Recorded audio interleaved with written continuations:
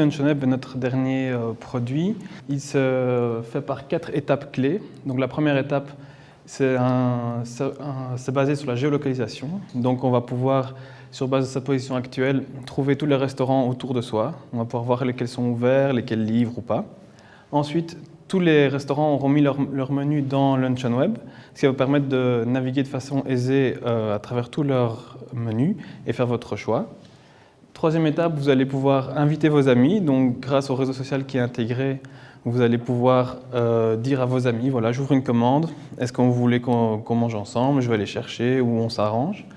Et puis finalement, on va pouvoir se faire livrer ou aller chercher sur place en fonction du restaurateur. Mais dans tous les cas, il n'y a pas de fil à faire puisque la commande sera préparée à l'avance. LunchOnWeb, dans ses grandes tendances actuelles, commence par l'informatisation. Alors pourquoi l'informatisation des commandes? Je pense que c'est une tendance actuelle de manière générale. Les photos sont numérisées, les factures sont numérisées, donc pourquoi pas les commandes en ligne. Second concept, c'est quelque chose qui se démocratise dans le monde entier. Donc on voit beaucoup d'initiatives aux États-Unis principalement, du côté de New York, San Francisco, mais aussi plus près de chez nous à Paris. Donc on est convaincu que dans les années à venir, la commande en ligne de repas va faire un boom. Finalement, le fait de pouvoir informatiser les commandes va nous permettre d'augmenter la fiabilité et la traçabilité de toutes ces commandes. Donc la deuxième tendance, c'est le cloud. Pour les développeurs d'applications, le cloud amène quelque chose de supplémentaire, dans le sens où nous n'avons plus besoin à nous soucier de savoir où va être hébergés les services que l'on propose, à savoir est-ce qu'il y a des backups, est-ce que tout va bien se passer. C'est les sociétés spécialisées dans le cloud qui vont s'en occuper pour nous. Partie suivante dans le cloud, ça va nous permettre à nous, en tant que gestionnaires de l'infrastructure et des services en ligne, de pouvoir gérer et d'administrer tout ça facilement où qu'on soit au bureau, à la maison, en déplacement. On a toujours accès puisque tout est délocalisé dans le cloud. Le cloud au sein de LunchOnWeb va nous permettre de faciliter les liens entre les clients et les restaurateurs, dans le sens où à partir du moment où un client décide de passer sa commande, il l'envoie et instantanément le restaurateur la reçoit. Il n'y a pas de fax à faire passer, de coup de fil à donner. Donc tout se fait instantanément. Et pour le restaurateur, ce qui est facile aussi, c'est que comme toutes les commandes viennent par le même système, elles sont toutes formatées de la même façon. Et donc, c'est plus facile à lui pour les traiter. Finalement, le fait de hoster nos informations ou nos plateformes dans le cloud va nous permettre d'améliorer et de faciliter l'extensibilité. Que ce soit d'un point de vue géographique, c'est-à-dire que si on veut ouvrir en France ou aux États-Unis, il n'y a aucun problème. Comme tout est dans le cloud, on ne doit pas redéployer des serveurs ailleurs.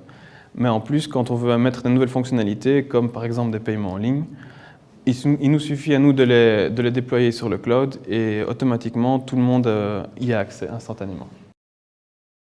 La mobilité, donc les avantages de la mobilité pour LunchOnWeb, on a accès à tout. Maintenant avec tous les devices qu'on a, ils peuvent se connecter en Wi-Fi, en 3G.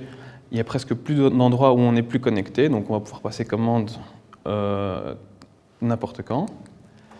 Ils sont toujours disponibles, donc ils sont toujours à portée de main. C'est comme si on avait Internet dans la poche. Et on peut même passer commande discrètement en réunion. Finalement, le mobile va me permettre d'améliorer la rapidité d'utilisation, dans le sens où les écrans tactiles nous permettent de réagir plus facilement. Et les applications LunchOnWeb pour les téléphones mobiles ont été pensées avec une suite d'écrans simples d'utilisation. Alors, un autre grand axe de LunchOnWeb, c'est la socialisation. Donc on va, grâce à ça, pouvoir facilement interagir avec ses amis, pouvoir passer des commandes groupées, on va pouvoir inciter ses copains et ses amis à s'inscrire pour augmenter son réseau social. Nous, de notre côté, on va pouvoir fidéliser nos clients grâce à une présence accrue sur les réseaux sociaux, on va pouvoir communiquer avec eux. Et ça va permettre de faire un vecteur de vente supplémentaire, dans le sens où quand un de vos amis passe une commande, vous en êtes notifié, donc ça va vous rappeler de passer par LunchOnWeb. Vous allez certainement vous associer à lui, donc ça va entretenir ces ventes régulières. Alors, l'intelligence collective ou le cloud sourcing. Wikipédia en fait une définition un petit peu plus compliquée, mais moi je vais la simplifier en disant que c'est une contribution d'un grand nombre d'utilisateurs à produire de l'information ou à effectuer des tâches. Donc comment est-ce que le crowdsourcing va se manifester au sein de Lunch on Web? Nous l'avons fait par différents vecteurs. Par exemple, quand vous arrivez dans une région qu'on n'a pas encore couverte, vous retrouvez quand même une liste de restaurants qui existe. Celle-là, on l'a tirée de Foursquare. Donc c'est la base des utilisateurs de Foursquare qui ont construit cette liste de restaurants que nous utilisons. En plus de ça, les utilisateurs de Lunch on Web vont pouvoir inviter leurs restaurants préférés. Les utilisateurs vont pouvoir parrainer les utilisateurs entre eux. Donc ça va de nouveau augmenter le nombre d'inscriptions. Ils vont pouvoir donner des notes au restaurant, ce qui va permettre aux autres utilisateurs de savoir si le restaurant est bon ou pas.